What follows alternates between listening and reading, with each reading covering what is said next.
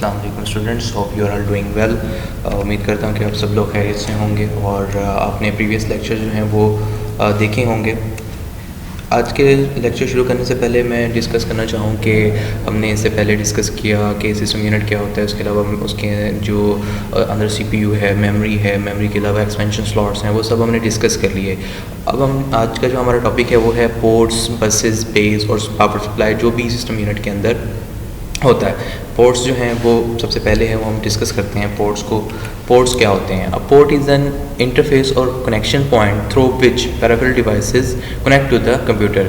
कि वो connection point या इंटरफेसेस होते हैं जो हमें नज़र आ रहे होते हैं, जिससे हम अपनी जो पेरिफेरल डिवाइसेस हैं, पेरिफेरल डिवाइसेस क्या होती हैं? वो डिवाइसेस जैसे कि हमारे जो मॉनिटर्स हैं, हमारे जो कंप्यूटर कीबोर्ड्स हैं, या फिर हमारे जो माउसेस हैं, जो हम एक्स्ट्रा एडिशनली तौर पर कंप्यूटर जो सिस्टम यूनिट के साथ हम कनेक्ट करवाते हैं, वो सब हमारी क्या है? पेरिफेरल डिवाइसेस, जिसमें हमारे प्रिंटर्स भी आ जाते हैं, वो सब हमारी पेरिफेरल डिवाइसेस हैं। और जिसके ज़रिए हम कनेक्ट करवाते हैं वो क्या है? वो इंटरफेस क्या चीज़ कहलाती है? वो है ports. A computer has different type of connects, मतलब कि पोर्ट्स होती हैं कनेक्ट करने के लिए। डिफरेंट डिवाइसेस को कनेक्ट करने के लिए डिफरेंट टाइप ऑफ पोर्ट्स होती हैं। अगर एक ही तरह की हों तो फिर ये होता है कि हम डिफरेंट किस तरह जो है वो डिफ्रेंशिएट करेंगे कि कौन सी कहाँ कनेक्ट करनी है। इसके अलावा ये भी होता है कि कुछ जो डिवाइसेस होती हैं उनकी पोर्ट जो है वो यूएसबी टाइप होती है, जैसे हम फ्लैश जो है वो लगाते हैं। इसके अलावा कुछ की डिफरेंट होती है। तो वो जो डिफरेंट टाइप ऑफ हमारे पास पोर्ट्स हैं उनको आज हमने डिस्कस करना है। जो भी टाइप ऑफ पोर्ट्स हो वो उनकी अपनी एक स्पीड होती है। वो केबीज़ में भी हो सकती है, वो एमबीज़ में भी हो सकती है, मेगाबिट पर सेकंड हो सकती है, किलोबिट पर सेकंड हो सकती है, और गीगाबिट्स पर सेकंड भी हो सकती है। और वो पॉइंट जो connector join the cable to the port, कि एक हमारे पास कनेक्टर होता है जो आगे मतलब कि जो पोर्ट को जो है वो केबल से ज्वाइन करता है। मतलब एक केबल होती है, केबल तो लंबी होती है, लेकिन क्या होती है कि सीधा बिल्कुल स्ट्रेट होती है, लेकिन क्या होती है कि उसके आगे एक कनेक्टर होता है। वो कनेक्टर जो है वो कंप्यूटर में एक स्पेसिफिक पोर्ट के अंदर जाके फिक्स होता है और हमारी जो डिवाइस है वो सिस्टम यूनिट से कनेक्ट हो जाती है। The connector at the end of the cable is attach to the port, कि जो भी केबल के ऊपर के एंड के ऊपर उसके जो केबल किसी डिवाइस से कनेक्टेड है, डिवाइस में से अब उसको सीपीयू से कनेक्ट करना है, उसको सिस्टम यूनिट से कनेक्ट करना है, तो उसके लिए एक कनेक्टर होगा उसके eight the end of the cable, जिसको हम पोर्ट के अंदर अटैच करेंगे और जो डिवाइस है वो सिस्टम यूनिट के साथ अटैच हो जाएगी। तो आगे है कि हमारे पास कितनी किस्म की पोर्ट्स हो सकती हैं। सबसे पहले हमारे पास सीरियल पोर्ट है, फिर पैरेलल पोर्ट्स हैं, यूनिवर्सल सीरियल बस पोर्ट है जिसको यूएसबी पोर्ट भी कहते हैं। इसके अलावा थंडरबोल्ट पोर्ट है, उसके अलावा एचडीएमआई पोर्ट है, फायरवायर पोर्ट है, ई साटा पोर्ट है, और इथरनेट पोर्ट और ऑडियो पोर्ट है। इसके अलावा भी डिफरेंट पोर्ट्स होती हैं, लेकिन ये जो पोर्ट्स हैं ये कॉमन हमारे पास जो भी पीसीज होंगे उसमें ऑलमोस्ट होती हैं। तो जो इसके अलावा डिवाइस पोर्ट्स हैं वो हम डिस्कस करेंगे, वो भी डिस्कस करेंगे। सबसे पहले हम डिस्कस कर लेते हैं कि सीरियल पोर्ट्स क्या होती हैं। ऐसी पोर्ट्स होती हैं जिसमें कुछ डिवाइसेस ऐसी होती हैं जिसमें हमने सीरियल ट्रांसमिशन करनी होती है। सीरियल ट्रांसमिशन का मतलब ये है कि एक वक्त में एक बिट ही सेंड करना होता है। A type of interface that transmit one bit at a time is called a serial port. ऐसी पोर्ट जो कि या ऐसा टाइप ऑफ इंटरफेस जो कि एक वक्त में एक बिट ही सेंड करता है, वो क्या कहलाती है? सीरियल पोर्ट कहलाती है। क्योंकि सीरियल में एक के बाद एक जो है वो बिट एक डिवाइस से सिस्टम यूनिट में जा रही है, सिस्टम यूनिट से डिवाइस में जा रही है। फॉर एग्जांपल अगर हमने सीरियल पोर्ट से कंप्यूटर को कनेक्ट किया, कंप्यूटर की सीरियल पोर्ट से प्रिंटर को कनेक्ट किया, तो क्या होगा कि जो कंप्यूटर है उसमें से बिट्स जो हैं वो एक एक करके पहले 1 जाएगा, फिर 0 जाएगा, फिर उसके बाद 1 जाएगा, फिर 0 जाएगा। जैसे ही उसकी तरतीब होगी वो उस तरतीब से एक एक करके जो बिट्स हैं वो वायर में से गुजर के डिजिटल करंट की सूरत में, इलेक्ट्रिकल सिग्नल की सूरत में गुजर के दोबारा जो है वो उसमें जैसे डिवाइस में जाएंगे तो डिकोड हो जाएंगे, और फिर दोबारा बाइनरी डिजिट्स में, बाइनरी कोड में जो है वो कन्वर्ट हो जाएंगे। तो एक एक बिट्स जो है वो जब ट्रांसमिट होगा जिस पोर्ट से, वो हमारी क्या होगी? सीरियल पोर्ट होगी। ऐसी कुछ जो डिवाइसेस हैं जिनको बहुत ज़्यादा फास्ट डाटा ट्रांसमिशन की ज़रूरत नहीं होती, उसमें 1 बिट एक वक्त में गुजरे तो कोई इशू नहीं होता, जैसे कि हमारे माउस से हैं या कीबोर्ड है, इसको हम अपनी सीरियल पोर्ट के साथ अगर कनेक्ट कर लें, क्योंकि आजकल जो आपने माउस और कीबोर्ड देखे होंगे उसके आगे USB टाइप जो है वो कनेक्टर होता है, वो USB जो पोर्ट होती है उसके अंदर कनेक्ट हो जाता है। लेकिन इससे पहले जो ओल्ड कंप्यूटर्स हैं उसके अंदर सीरियल पोर्ट्स को यूज़ करते हुए ही हम जो हमारे माउस और कीबोर्ड्स हैं उनको हम कनेक्ट करवाते थे। सीरियल पोर्ट्स हमारी कौन see this type of ports जो है वो इस तरह के हमारे कनेक्टर होते थे जो माउस और कीबोर्ड को कनेक्ट करते थे सिस्टम यूनिट के साथ। इसके अलावा हमारे पास कौन सी सेकंड नंबर पे हैं पैरेलल पोर्ट्स ऐसी पोर्ट्स होती हैं उन डिवाइसेस को कनेक्ट करने के लिए जिनको एक वक्त में एक से ज़्यादा बिट जो है वो ट्रांसफ़र करने होते हैं। मतलब अगर मैं चाहता हूँ कि मेरी जो डाटा की जो ट्रांसमिशन स्पीड है वो फास्ट हो जाए, तो मैं ऐसा तो नहीं करूँगा कि एक बिट जो है वो एक वक्त में पहले एक बिट जाएगा फिर दूसरा बिट जाएगा। मैं ये चाहूँगा कि पूरे जो 8 बिट्स हैं या जितने भी बिट्स हैं वो सेम टाइम में एक ही वक्त में ट्रैवल करते हुए जो दूसरी डिवाइस तक जाएँ, उसको डाटा ट्रांसफ़र करें, वहाँ से डाटा लेके वापस आएँ। तो मैं चाहूँगा कि सारे जो मेरे बिट्स हैं वो एक ही वक्त में ट्रांसफ़र करें, सेम टाइम में जो है वो ट्रांसमिशन हो। तो मैं उसके लिए क्या यूज़ करते हैं, पैरेलल पोर्ट्स जो हैं उसके लिए अवेलेबल हैं। उसकी जो शेप है वो सीरियल पोर्ट से डिफरेंट है और उसकी जो स्पीड है वो भी सीरियल पोर्ट से बहुत ज़्यादा डिफरेंट है, क्योंकि अब सिंगल बिट जो है वो एक ही वक्त में आप ट्रांसमिशन करें सिंगल बिट जो है वो एक बिट जाएगा, फिर उसके बाद दूसरा जाएगा, फिर तीसरा जाएगा। और इसके बजाय ऐसा करें कि एक 5-6 बिट जो है वो या 8 बिट पूरा एक बाइट जो है वो एक ही वक्त में जो है वो एट द सेम टाइम एक सिस्टम यूनिट से डिवाइस में जाए और डिवाइस से सिस्टम यूनिट में आए, तो वो ज़्यादा जो उसकी ट्रांसमिशन स्पीड होगी वो ज़्यादा होगी। क्योंकि कुछ डिवाइसेस होती हैं जैसा कि हमारे प्रिंटर हैं या स्कैनर्स हैं, वो क्या होता है उनमें क्या होता है कि उनमें ट्रांसमिशन स्पीड ज़्यादा फास्ट डाटा रिक्वायर होता है ताकि हम जल्दी से जल्दी जो है वो उससे काम ले सकें और अपना जो टास्क है वो जल्दी परफॉर्म कर सकें। तो उसके लिए हमारे पास पैरेलल पोर्ट्स यूज़ होती हैं। तो क्या हुआ कि जो वायर थी हमारी प्रिंटर की या स्कैनर की, उसके आगे पैरेलल पोर्ट्स के कनेक्टर लगा दिए गए। अब पैरेलल पोर्ट्स के कनेक्टर हमारे पास किस तरह के होते हैं, जस्ट लाइक दिस। अब आगे देखेंगे कि ये देखें, ये पैरेलल पोर्ट है जो कि सिस्टम यूनिट के अंदर होगी और उसी टाइप का कनेक्टर जो है वो यहाँ फिक्स कर दिया जाएगा, जिससे हम ट्रांसमिशन जो है वो ट्रांसमिशन ऑफ डाटा होगा।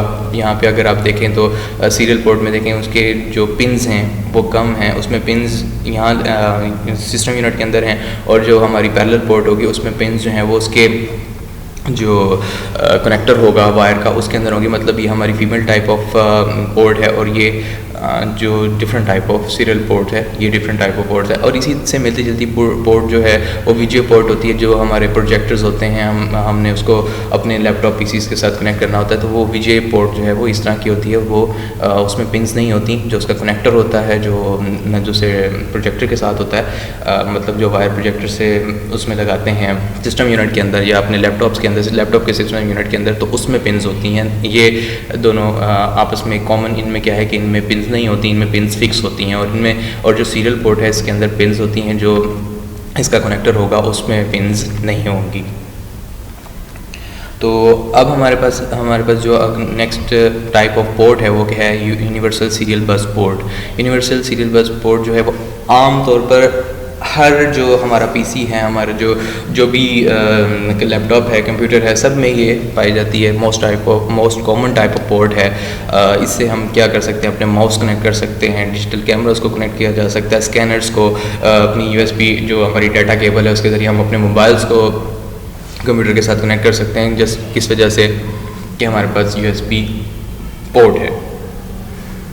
जो हमारी वायर है उसके जो एज पे क्या है कि USB कनेक्टर है। USB कनेक्टर जो है वो USB पोर्ट के अंदर फिक्स होता है और डिवाइस जो है हमारी कंप्यूटर के साथ कनेक्ट हो जाती है। हाँ, ये दो तरह की क्वालिटीज़ प्रोवाइड करती है, हॉट स्वैपिंग को और प्लग इन प्ले को।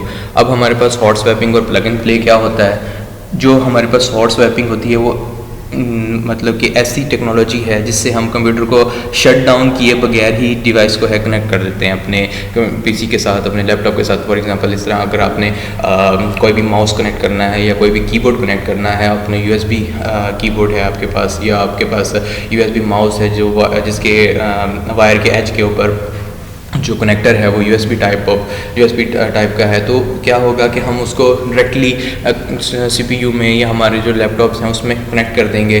तो उसके लिए हमें जो हमारा कंप्यूटर है उसको शट डाउन नहीं करना पड़ेगा। लेकिन कुछ ऐसे डिवाइसेस होती हैं जिनके लिए हमें कंप्यूटर को शट डाउन करना पड़ता है, या अभी कुछ आपने सॉफ्टवेयर ऐसे इंस्टॉल किए हों तो वो कंप्यूटर के लिए पूछता है कि आपने कंप्यूटर को रीस्टार्ट करना है, मतलब कि वो एक तरह दोबारा रीस्टार्ट करता है। या शट डाउन करके हम दोबारा कुछ डिवाइसेस कुछ ऑन करते हैं कंप्यूटर को, तो कुछ डिवाइसेस जो हैं वो फिर कनेक्ट होती हैं। इसी तरह प्लग इन प्ले का क्या है कि जैसे ही हमने उसके अंदर उसको प्लग इन किया, हमारी जो यूएसबी पोर्ट थी उसके अंदर हमने उसको वायर को कनेक्ट किया, यूएसबी कनेक्टर को उसके अंदर फिक्स किया, तो क्या हुआ, कंप्यूटर ने उसको ऑटोमेटिकली डिटेक्ट किया और कॉन्फ़िगर कर लिया कि ये कौन सी डिवाइस है। फॉर एग्जांपल अभी तो अगर आपके पास लेटेस्ट कंप्यूटर्स या लेटेस्ट लैपटॉप्स है तो आपको ज़्यादा पता नहीं चलेगा, लेकिन क्या है कि जब आप विंडो 7 या विंडो 8 पे वर्क कर रहे हो तो क्या होता है कि आप यूएसबी उसमें लगाएं तो वो क्या नीचे ऑप्शन आता है डिटेक्टिंग डिवाइस या कॉन्फ़िगर डिवाइस, तो उस क्या करता है कि यही हमारे पास प्लग इन प्ले की जो है टेक्नोलॉजी है कि जो भी हम चीज़ कंप्यूटर के अंदर फिक्स करें, लगाएं या कनेक्ट करें तो वो प्लग इन प्ले होता है कि मतलब उसको खुद ही कंप्यूटर डिटेक्ट करता है और कॉन्फ़िगर कर लेता है, अच्छा ये हम मेरे साथ जो है वो कनेक्ट हुआ है, ना उसको ऑफ करना पड़ता है, ना उसको क्या डिटेक्ट जो है वो उसके लिए ज़्यादा से सॉफ्टवेयर जो है वो ड्राइवर जो है वो डाउनलोड नहीं करने पड़ते। हॉट स्वैपिंग जो है हमारे पास ये होगी कि उसको शट डाउन नहीं करना पड़ता। प्लग इन प्ले का ये हो गया कि जैसे ही हम कोई डिवाइस जो है यूएसबी पोर्ट के जरिए कनेक्ट करवाएं तो वो कंप्यूटर खुद ही उसको डिटेक्ट करता है और उसको कॉन्फ़िगर कर लेता है। कॉन्फ़िगर का मतलब ये कि उसको कॉन्फ़िगर करता है कि अच्छा कौन सी डिवाइस जो है मेरे साथ कनेक्ट हुई है, क्योंकि यूएसबी भी कनेक्ट कर सकते हैं, यूएसबी फ्लैश भी हम कनेक्ट कर सकते हैं, माउस भी कनेक्ट कर सकते हैं, हमने जो हमारे पास यूएसबी प्रिंटर्स हैं वो भी हम कनेक्ट कर सकते हैं, क्योंकि 3 टाइप्स ऑफ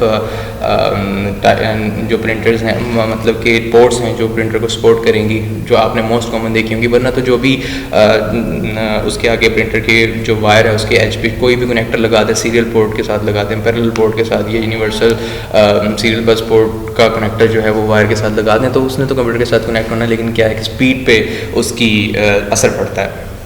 उसके बाद हमारी थंडरबोल्ट पोर्ट है।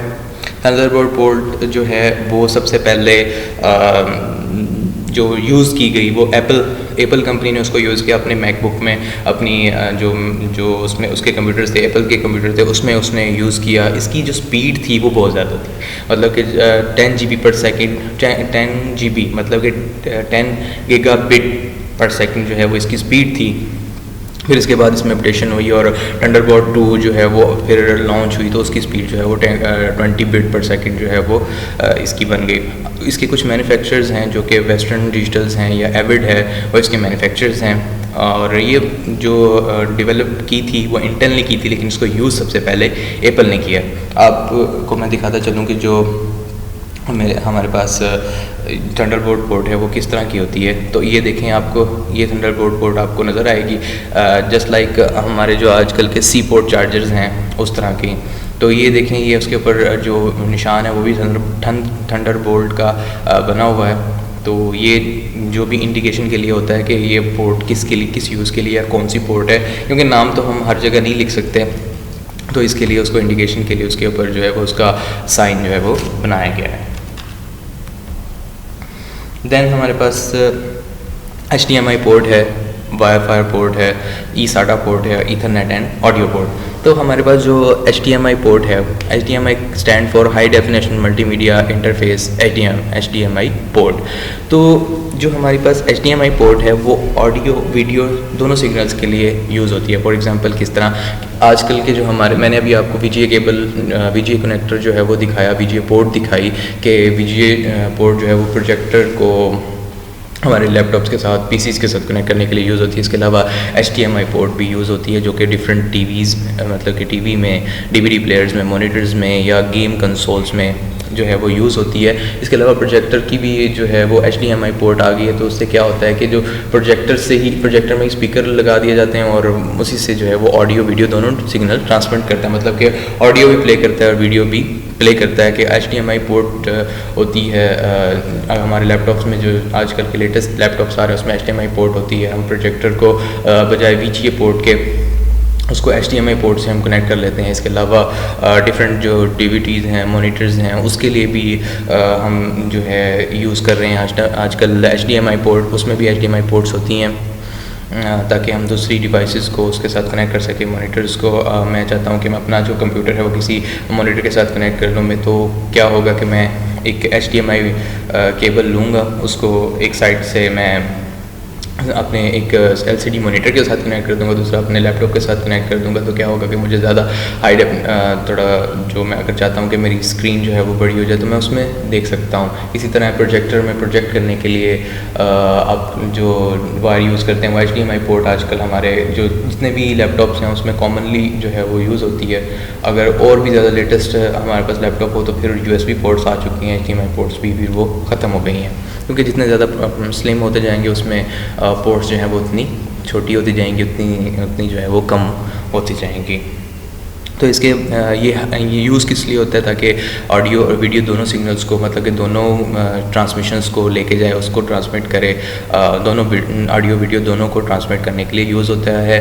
और हाई डेफिनेशन जो मल्टीमीडिया है, हाई डेफिनेशन जो वीडियो है वो इस पर प्ले होती है। जो हमारी VGA जो पोर्ट होगी उससे जो ट्रांसमिशन प्रोजेक्टर को जाएगी वो थोड़ी लो क्वालिटी की होगी, लेकिन क्या है कि HDMI पोर्ट होती है उसमें high definition multimedia interface provide किया जाता है और साफ क्लियर जो है वो 3D जिसको कहते हैं कि हमारे पास वीडियो प्लेयर्स होती हैं, जो हमारी गेम्स होती हैं। गेम्स के लिए हमने अगर किसी लैपटॉप के साथ किसी मॉनिटर को कनेक्ट करना है या किसी LCD मॉनिटर को कनेक्ट करना है तो उसके लिए भी ये यूज़ होती हैं।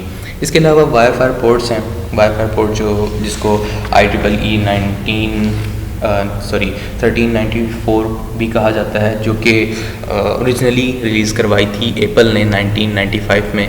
ये भी हॉट स्वैपिंग को जो है सपोर्ट करता है, जैसे कि USB पोर्ट जो है वो सपोर्ट करती है। इसके अलावा डाटा ट्रांसफ़र के लिए यूज़ होता है और पावर केबल के तौर पे भी यूज़ हो सकता है वाईफाई पोर्ट, मतलब कि पावर प्रोवाइड करने के लिए सम डिवाइसेस को उसमें जो पोर्ट यूज़ की जाती है वो वाईफाई पोर्ट्स है। ये हमारे पास जो फायरवायर पोर्ट्स है ये डिफरेंट टाइप की हो सकती है। ये फायरवायर 800 है, ये फायरवायर 400 है, इसकी डिफरेंट टाइप्स हैं। आगे ये कनेक्ट करने के लिए यूज़ होती हैं। इसके अलावा जो हमारे पास HDMI पोर्ट थी वो इस तरह की थी और इसका कनेक्टर जो है वो इसी के अंदर फिक्स कर दिया जाता है। और ये जो साथ उसके VGA पोर्ट है, ये लैपटॉप में आजकल HDMI पोर्ट्स अवेलेबल होती हैं। तो जो वाईफाई पोर्ट्स थी वो एप्पल ने उसको रिलीज़ किया था। सम डिवाइसेस में इसको पावर प्रोवाइड करने के लिए भी यूज़ किया जाता है और इसके लिए फायरवायर हब भी जो है वो अवेलेबल है। फायरवायर हब जो है वो क्या होता है, सबसे पहले ये समझ लें कि जो हमारी USB पोर्ट्स हैं, अब USB पोर्ट्स जो हमारे पास जो लैपटॉप्स होते हैं उसमें ज़्यादा से ज़्यादा 2 होंगी, 3 हो सकती हैं, इससे ज़्यादा तो नहीं हो सकती। अब हम चाहते हैं कि मैं अपना बहुत ज़्यादा जो है वो USBs उसके साथ कनेक्ट करना चाहता हूँ, डिफरेंट डिवाइसेस कनेक्ट करना चाहता हूँ जिसकी USB पोर्ट्स हैं, तो मैं क्या करूँगा, तो उसके लिए मैं USB हब यूज़ करूँगा। USB हब क्या होता है कि एक हब मतलब एक डिवाइस होती है जिसके ऊपर USB पोर्ट्स होती हैं, कोई 8-10 पोर्ट होंगी या 8 पोर्ट होंगी, 4 जो है वो USB उसके ऊपर पोर्ट्स होंगी और उसकी एक वायर होगी जिसकी जो एक USB पोर्ट के अंदर किसी भी लैपटॉप की, कंप्यूटर की, उसमें कनेक्ट कर दूंगा। तो क्या होगा कि मेरे पास अब जो एक USB पोर्ट थी वो 4 में तब्दील हो जाएगी। मतलब कि एक हब जो होता है उसमें अंदर डिफरेंट मतलब कलेक्शन ऑफ USB पोर्ट्स होगा, तो उसके अंदर मैं जितनी अपनी पोर्ट जो है वो कनेक्ट करना चाहूँ कनेक्ट कर सकता हूँ। इसके अलावा जो USB पोर्ट है वो डेज़ी चेन को भी जो है सपोर्ट करती है। डेज़ी चेन का मतलब ये है कि एक आपने USB जो है वो USB डिवाइस उसके साथ कनेक्ट की, मतलब USB कनेक्टर के साथ कोई भी डिवाइस कनेक्ट की, उसके ऊपर एक और USB का जो है वो पोर्ट होती है, आपने मतलब फॉर एग्ज़ाम्पल अपने जो कीबोर्ड है, कीबोर्ड को कनेक्ट किया यूएसबी पोर्ट के ज़रिए अपने लैपटॉप के साथ, अपने कंप्यूटर के साथ, तो उसकी जो वायर होगी, वायर के साथ एक और कनेक्टर जो है वो अवेलेबल होगा, एक और पोर्ट अवेलेबल होगी जिसके अंदर हम एक और कनेक्टर जो है वो लगा सकते हैं। इसी तरह चेन बनती जाती है और जितनी ज़्यादा हम डिवाइसेस कनेक्ट करना चाहें वो हम कनेक्ट कर सकते हैं। इसके अलावा जो हमारे पास फायरवायर पोर्ट है वो भी क्या करती है, वो भी उसका हब भी, जो फायरवायर हब भी जो है वो अवेलेबल है, क्योंकि ये रिलीज़ किया था एप्पल ने, तो उसने प्रोवाइड करना था, एडवांस टेक्नोलॉजी जो है वो प्रोवाइड करता है, तो उसने भी इसका हब जो है वो प्रोवाइड किया। इसके अलावा जो इसकी स्पीड है वो भी मतलब कि डिपेंड करती है इसकी टाइप्स के ऊपर। मतलब कि फॉर एग्ज़ाम्पल अगर हमारे पास फायरवायर 400 है तो उसकी ट्रांसफ़र स्पीड जो है वो 400 मेगाबिट्स पर सेकंड होगी, और फायरवायर 800 है तो वो उसकी स्पीड 800 मेगाबिट पर सेकंड होगी।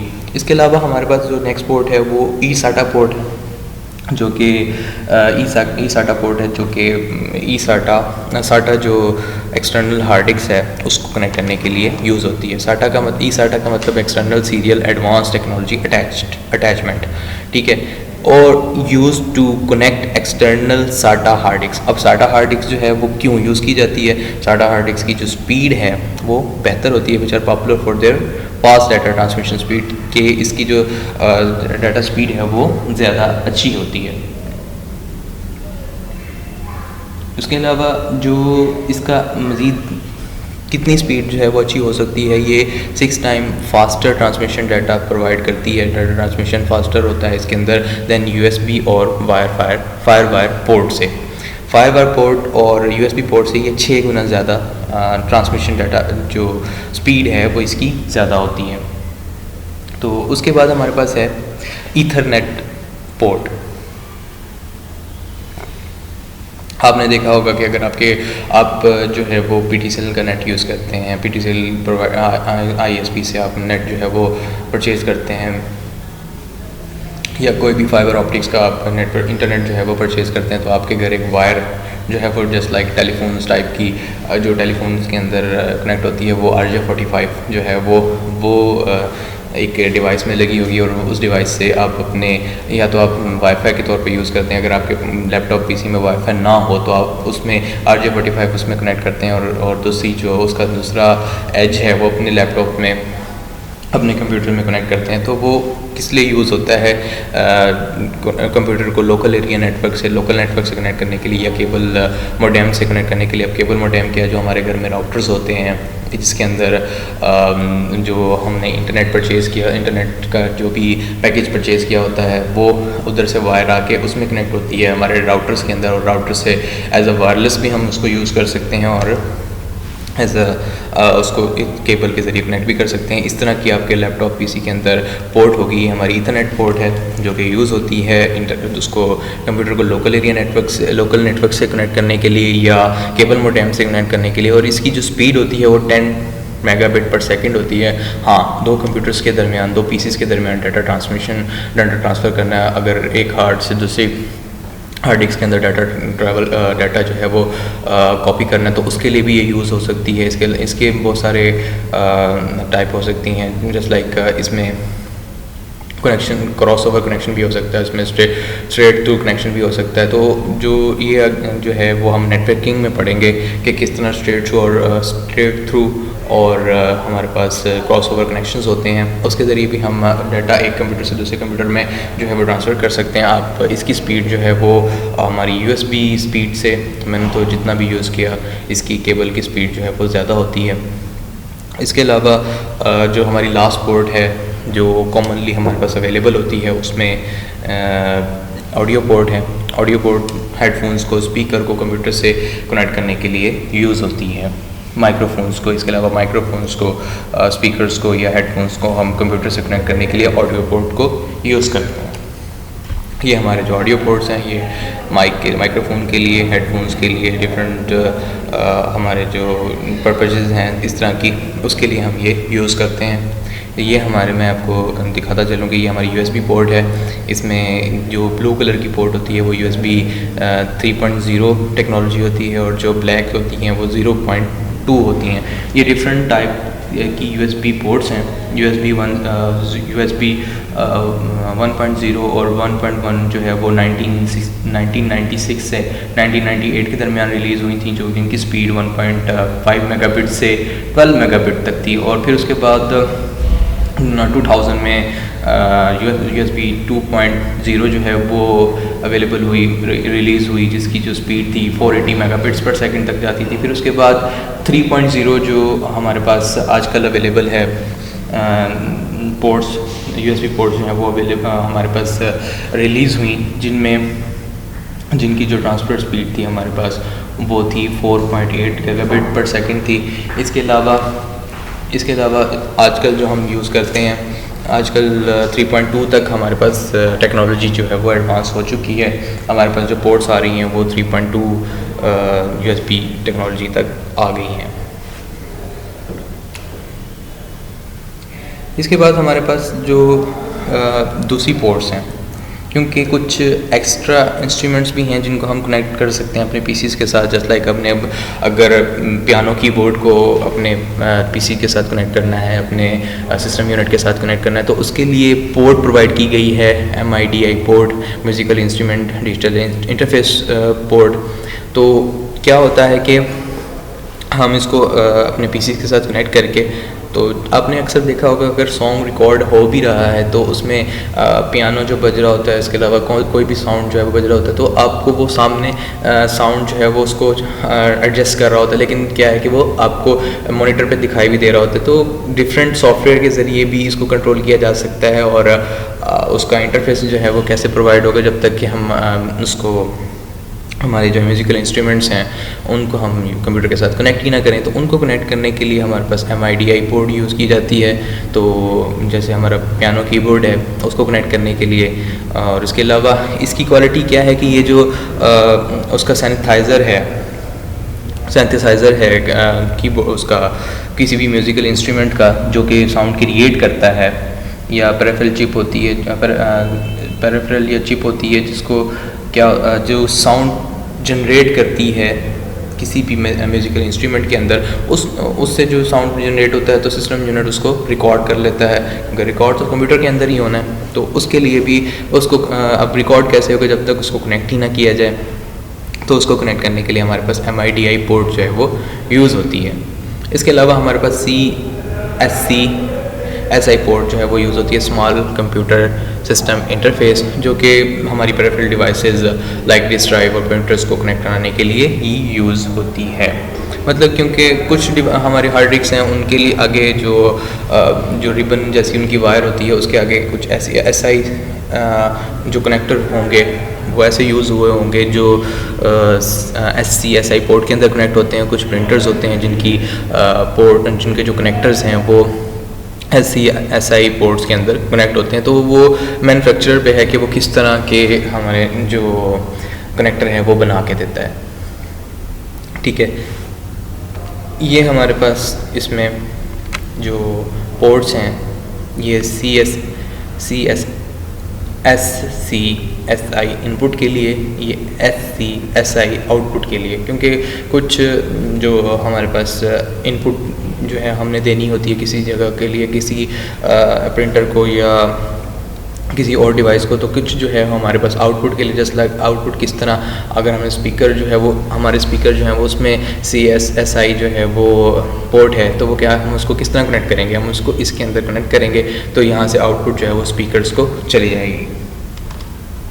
इसके अलावा हमारे पास कौन सी पोर्ट होती है जो अदर पोर्ट्स में आती है, वो IRDA पोर्ट। ये क्योंकि सब डिवाइसेस में नहीं होती तो इसलिए इनको कहा जाता है कि ये अदर पोर्ट्स हैं जो कॉमनली नहीं होती लेकिन होती ज़रूर हैं। अब IRDA जो है port stand for infrared data association. ये किस लिए यूज़ होती है कि हमारे पास कुछ जो हमारी डिवाइसेस हैं जस्ट लाइक फॉर एग्ज़ाम्पल अगर हमारा एक लैपटॉप है जिसके अंदर IRDA पोर्ट है, उसमें भी पोर्ट अवेलेबल है। इसके अलावा मेरा एक प्रिंटर है जिसके अंदर IRDA पोर्ट अवेलेबल है, तो मैं उन दोनों को एक दूसरे के सामने रखूँगा, जस्ट लाइक रिमोट। मैं टीवी का रिमोट जो है वो टीवी के सामने लेके जाके उस पर क्लिक करता हूँ तो वो चैनल आगे कर देता है। इसी तरह इन दोनों डिवाइसेस को अगर मैं एक दूसरे के सामने रख दूँ बगैर किसी वायर के साथ कनेक्ट किए, दोनों में अगर ये पोर्ट अवेलेबल हैं, तो मैं इधर से प्रिंट की कमांड दूँ तो लैपटॉप से, तो क्या होगा कि इंफ्रारेड रेज जो हैं वो प्रिंटर में जाएंगी। प्रिंटर उसको उसकी जो भी उधर से इनपुट आई है उसको एक्सेप्ट करेगा और वहाँ से प्रिंटर जो है वो प्रिंट निकालना शुरू कर देगा। लेकिन क्या है कि ये एक दूसरे के बिल्कुल सामने होने चाहिए, क्योंकि ये इंफ्रारेड जो है टेक्नोलॉजी यूज़ करती हैं। इनको फास्ट इंफ्रारेड भी कहा जाता है, जिससे शॉर्ट फॉर्म जिसका FIR है, फास्ट इंफ्रारेड। तो क्या होता है कि इन दोनों को एक दूसरे के सामने बढ़ाना चाहिए। इसमें कोई भी अगर चीज़ इंटरप्ट करती है दरमियान में, तो इसमें जो सिग्नल ट्रांसमिशन है वो रुक जाएगी और जो प्रिंटर जो परफॉर्म कर रहा होगा वो भी इंटरप्ट हो जाएगा। इसी तरह हमारे पास ब्लूटूथ पोर्ट है। ब्लूटूथ पोर्ट जो है वो अल्टरनेट है IRDA पोर्ट का, क्योंकि उसके अंदर तो दोनों डिवाइसेस को एक दूसरे के सामने रखना पड़ता था। लेकिन यहाँ पे क्या है कि हम रेडियो वेव्स को यूज़ करते हैं डाटा ट्रांसमिशन के लिए, 2 डिवाइसेस के लिए। तो ये ऑलमोस्ट हमारे पास 33 फीट के अंदर जो है वो डिस्टेंस तक की हमारी जो इनपुट है वो ले लेता है। फॉर एग्ज़ाम्पल अगर मैं 33 फुट के अंदर खड़ा हूँ और अब मैं अपना जो मोबाइल है वो PC के साथ कनेक्ट करना चाहता हूँ, तो मैं दोनों का ब्लूटूथ जो है वो ओपन करूँगा और दोनों का कनेक्शन पेयर कर दूँगा।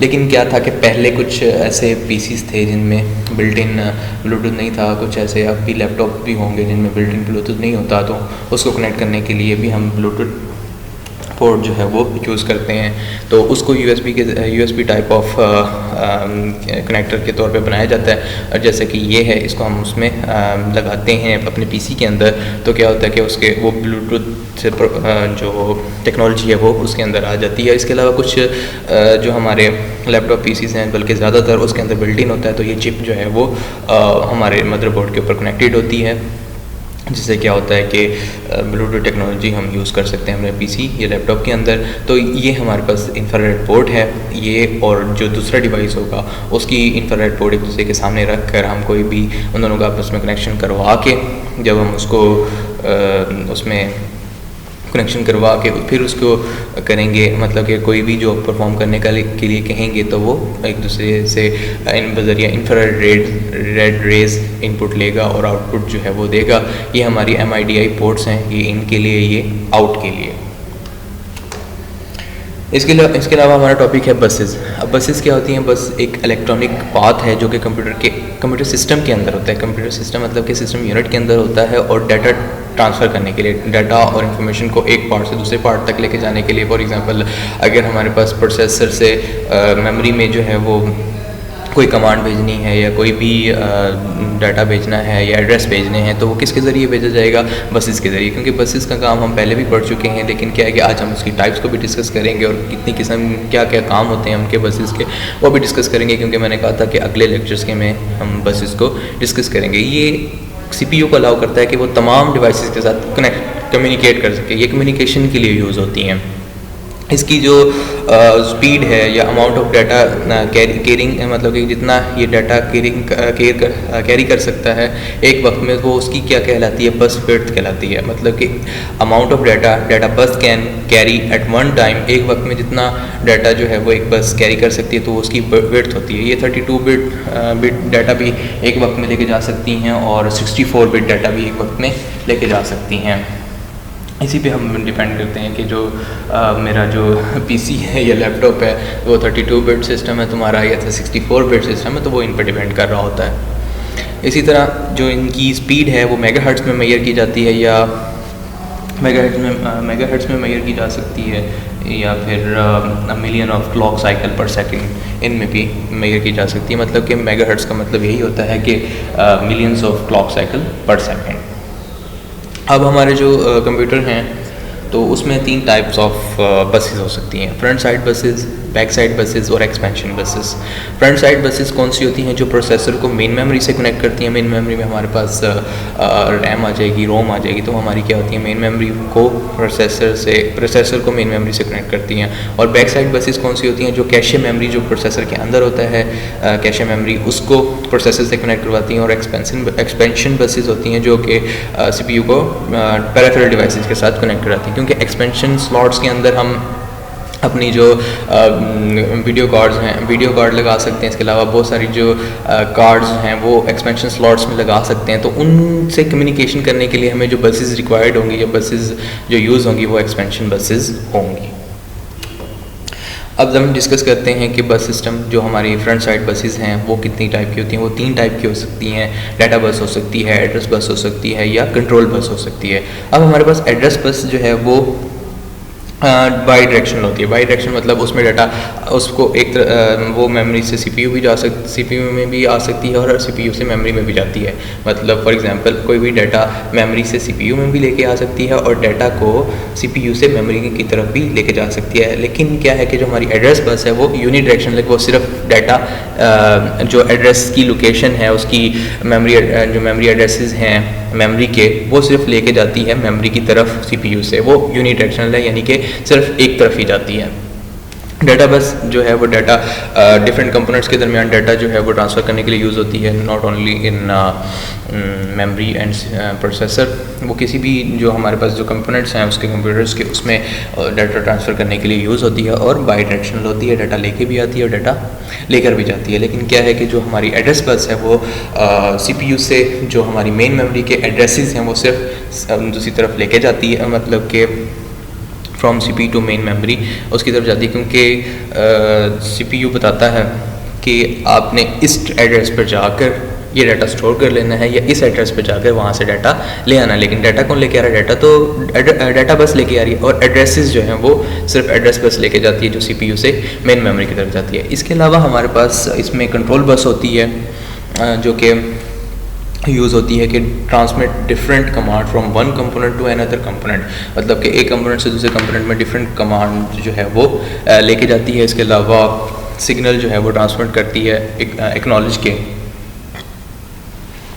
किस तरह कि अगर जो है CPU है डाटा रीड करना चाहता है मेन मेमोरी से, तो जो कंट्रोल बस है वो मेमोरी रीड करने की कमांड लेके जाएगी मेन मेमोरी की तरफ, ठीक है।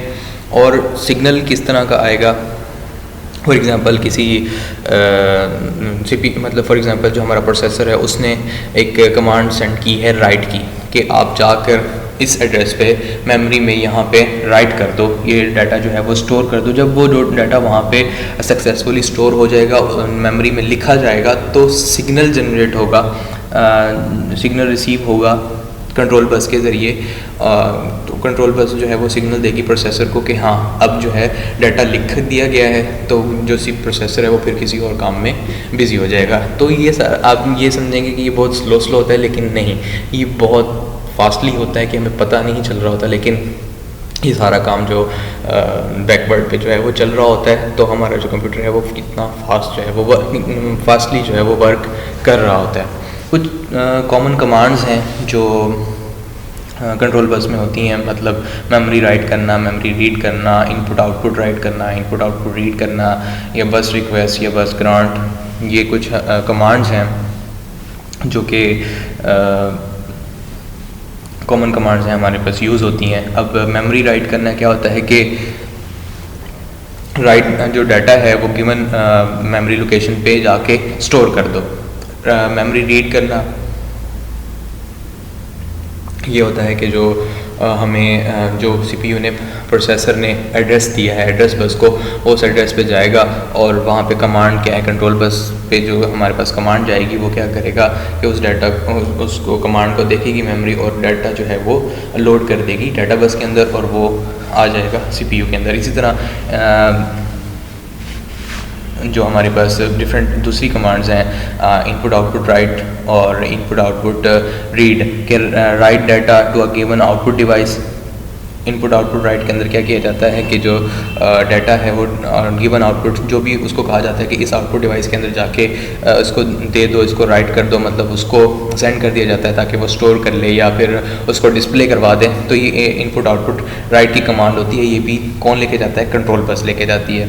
इसके अलावा जो सिग्नल्स होते हैं वो डिफरेंट टाइप के हो सकते हैं। जो अब जो कंट्रोल सिग्नल्स होते हैं वो एक्नॉलेजमेंट सिग्नल होता है कि जो हाँ ये काम हो चुका है। अब एक्नॉलेजमेंट सिग्नल के अंदर क्या क्या चीज़ें होती हैं, वो हमारे पास टाइमिंग इन्फॉर्मेशन होती है या कमांड सिग्नल होता है। टाइमिंग इन्फॉर्मेशन क्या होती है कि इस मतलब एक स्पेसिफिक डिवाइस को बताया गया, एक स्पेसिफिक टाइम दिया गया कि इस टाइम के अंदर इसने एड्रेस बस भी यूज़ करनी है और डाटा बस भी यूज़ करनी है। मतलब एक टाइम डिवाइड कर दिया जाता है कि इस जो हमारे स्पेसिफिक टाइम है उसके अंदर एक डिवाइस जो है वो डाटा बस भी यूज़ करेगी और एड्रेस बस भी यूज़ करेगी, उसके अलावा यूज़ नहीं करेगी। ये टाइम डिवीजन की वजह से तो जो CPU है वो फास्टली वर्क करता है। और कमांड सिग्नल इसके अंदर होता है। जो सिग्नल के अंदर क्या होता है कि कमांड सिग्नल होता है जो कि बताता है कि कौन सा ऑपरेशन जो है वो परफॉर्म करना है। ये कुछ हमारे पास बसेस हैं और कंट्रोल बस के अंदर जो है वो सिग्नल भी, जो सिग्नल ट्रांसफ़र करने के लिए भी यूज़ होती है। अब सिग्नल्स के अंदर हमारे पास टाइमिंग इन्फॉर्मेशन भी होती है और कमांड सिग्नल इन्फॉर्मेशन भी होती है। जैसे मैंने कि अभी बताया कि टाइमिंग इन्फॉर्मेशन क्या कि जो स्पेसिफाई करती है कि किस टाइम के अंदर कौन सी डिवाइस डाटा बस यूज़ करेगी और एड्रेस बस यूज़ करेगी।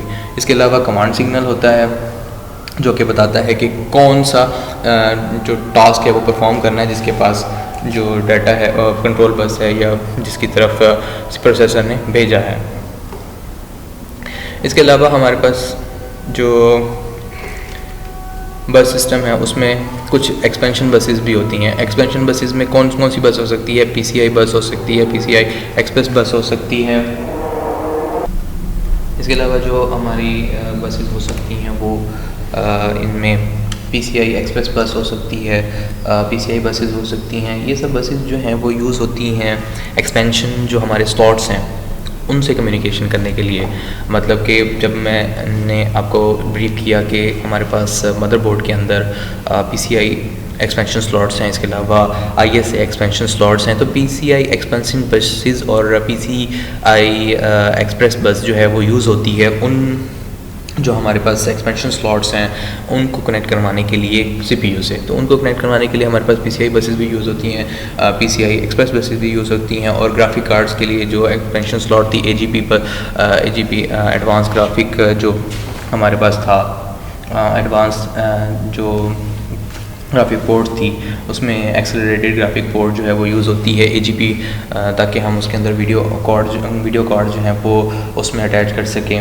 तो उसके लिए जो उसको कम्युनिकेट करवाने के लिए जो यूज़ होगी वो क्या होगी, जो हमारी AGP पोर्ट है उसको उससे जो उसमें जो डिवाइस कनेक्ट होगी उसमें जो वीडियो कार्ड जो है वो कनेक्ट होंगे, तो उनको कनेक्ट करने के लिए उनको जो है वो CPU से कनेक्ट करवाने के लिए AGP बस यूज़ होती है। इसके अलावा USB बस जो है वो यूनिवर्सल सीरियल बस है, USB जो वो भी यूज़ होती है, जिसने मतलब कि हमने एक्स्ट्रा जो एक्सपेंशन कार्ड्स के एक्सपेंशन स्लॉट्स के अंदर हम जो कार्ड्स लगाते थे उसको एलिमिनेट किया USB यूनिवर्सल सीरियल बस ने। यूनिवर्सल सीरियल बस जो है के ज़रिए अब क्योंकि हमें तो सिर्फ पोर्ट नज़र आ रही होती है लेकिन उसके पीछे तो पूरा एक चिपसेट या स्लॉट होती है जिसमें हम अपनी USB लगाते हैं, लेकिन उसको कनेक्ट करवाने के लिए उस USB पोर्ट को कनेक्ट करवाने के लिए हम यूनिवर्सल सीरियल बस ही यूज़ करते हैं। इसके अलावा फायरवायर और फायरवायर या IEEE 1394 जो हमारी पोर्ट है उसको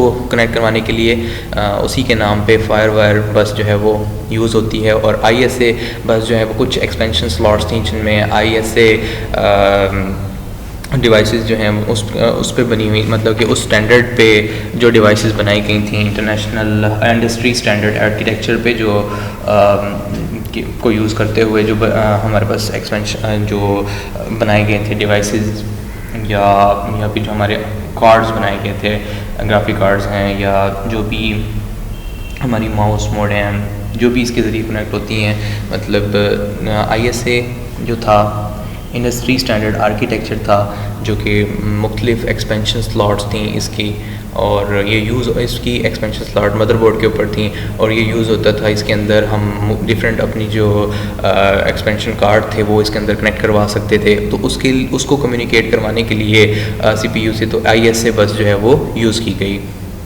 इसलिए इसी का इनका जो है वो डिफरेंट काम है। सबसे जो कॉमन थी पहले यूज़ की जाती थी वो PCI बस थी, पेराफेरल कंपोनेंट इंटरचेंज बस जो है वो यूज़ की गई। PCI का मतलब ये है कि पेराफेरल कंपोनेंट इंटरकनेक्ट जो है वो उन जो हमारे पास डिवाइसेस थी या उनके जो हमारे पास PCI पे जो हम PCI स्लॉट्स थी मदरबोर्ड के ऊपर, उनमें जो हम कार्ड्स लगाते थे, सबसे पहले तो ये जो एक्सपेंशन स्लॉट थी वीडियो कार्ड के लिए ही यूज़ होती थी, लेकिन फिर क्या है कि इसको बाद में मेमोरी को या दूसरे एक्सपेंशन बोर्ड्स को जो है वो कनेक्ट करवाने के लिए यूज़ कर लिया गया एक्सपेंशन स्लॉट को। तो वो उन एक्सपेंशन स्लॉट्स को कम्युनिकेट करवाने के लिए CPU से तो PCI बसेस यूज़ की गई। आजकल की जो एडवांस टेक्नोलॉजी है उसमें जो यूज़ की जाती हैं वो PCI एक्सप्रेस बसेस हैं, जिनमें हम मतलब कि एक्सपेंशन स्लॉट्स के अंदर जब हम वीडियो कार्ड्स या हार्ड डिस्क या नेटवर्क कार्ड्स लगाते हैं तो उनको कनेक्ट करवाने के लिए CPU से तो PCI एक्सप्रेस बसेस यूज़ की जाती हैं। इसके अलावा एक्सेलरेटेड ग्राफिक पोर्ट है AGP का मतलब, तो उस पोर्ट को CPU से कम्युनिकेट करवाने के लिए हम AGP बस यूज़ करते हैं, या USB पोर्ट है उसको कनेक्ट करवाने के लिए हम यूनिवर्सल सीरियल बस यूज़ करते हैं। इनके बसेस के नाम उनकी जो डिवाइसेस उसके साथ लगाई जाती हैं उन पे रखे गए हैं और उनको कनेक्ट करवाने के लिए ये यूज़ होते हैं। इसके अलावा हमारा जो नेक्स्ट टॉपिक है वो है बेस क्या होता है कि open area inside the system unit होता है, जिसमें हम एडिशनल इक्विपमेंट जो है वो इंस्टॉल कर सकते हैं। फॉर एग्जांपल हम देखें कि हमारा जो सिस्टम यूनिट है उसमें कुछ ऊपर वाली जगह जो है वो खाली होती है, सिर्फ प्लास्टिक के कवर से उसको बंद किया होता है, लेकिन उसके अंदर हम अक्सर आपके माइंड में आया होगा कि इसके अंदर क्या जो है वो ऐड किया जा सकता है, इसके अंदर से शायद कोई चीज़ निकाली गई है, नहीं, उसके अंदर कोई एक्स्ट्रा एडिशनल इक्विपमेंट जैसे कि स्टोरेज डिवाइसेस हैं उनको लगाने के लिए हम जो है वो ये यूज़ करते हैं।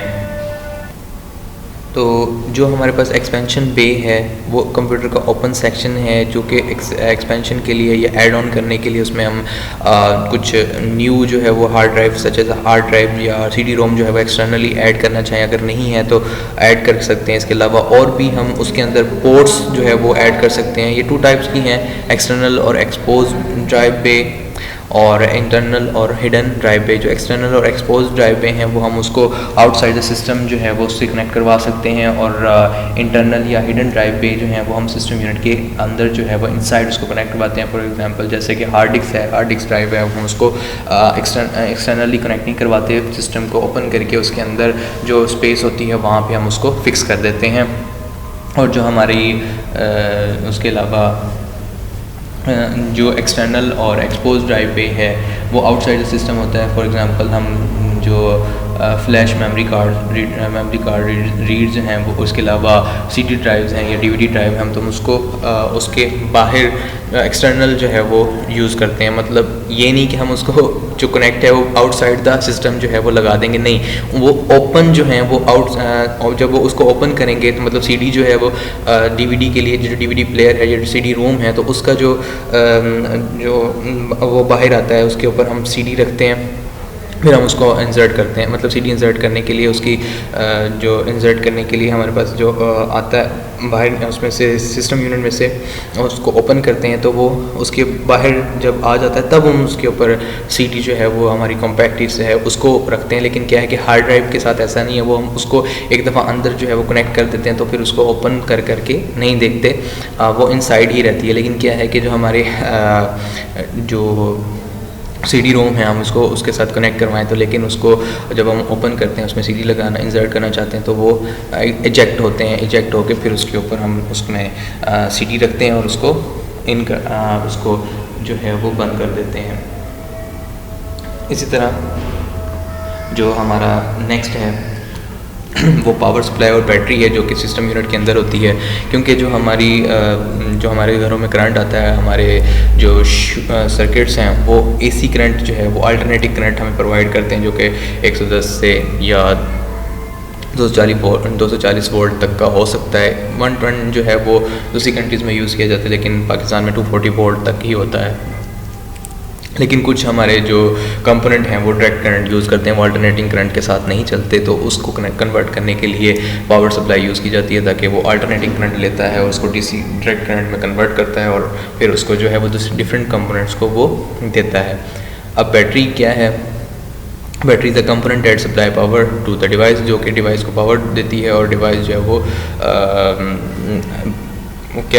जो विदाउट पावर आउटलेट, मतलब कि उसको केबल से आउटलेट के साथ कनेक्ट किए बगैर, उसको स्विच लगाए बगैर, किसी करंट मतलब कि सर्किट के अंदर लगाए बगैर हम उसके डिवाइस जो है वो वर्क कर सकती है। तो इस बैटरी क्योंकि रिचार्ज होती है, तो आफ्टर रिचार्ज हम उसको जिसकी जो पावर केबल है उसको हम डिस्कनेक्ट भी कर दें, तब भी हमारे पास कंप्यूटर है वो जो ऑन रहेगा। अब लेक्चर थोड़ा लंबा हो गया है, लेकिन क्या है कि टॉपिक हमारा टोटली कवर हो गया है। कोई भी इसके रिलेटेड आपको क्वेश्चन है तो आप पूछ सकते हैं। Any questions you can ask any time. Thank you.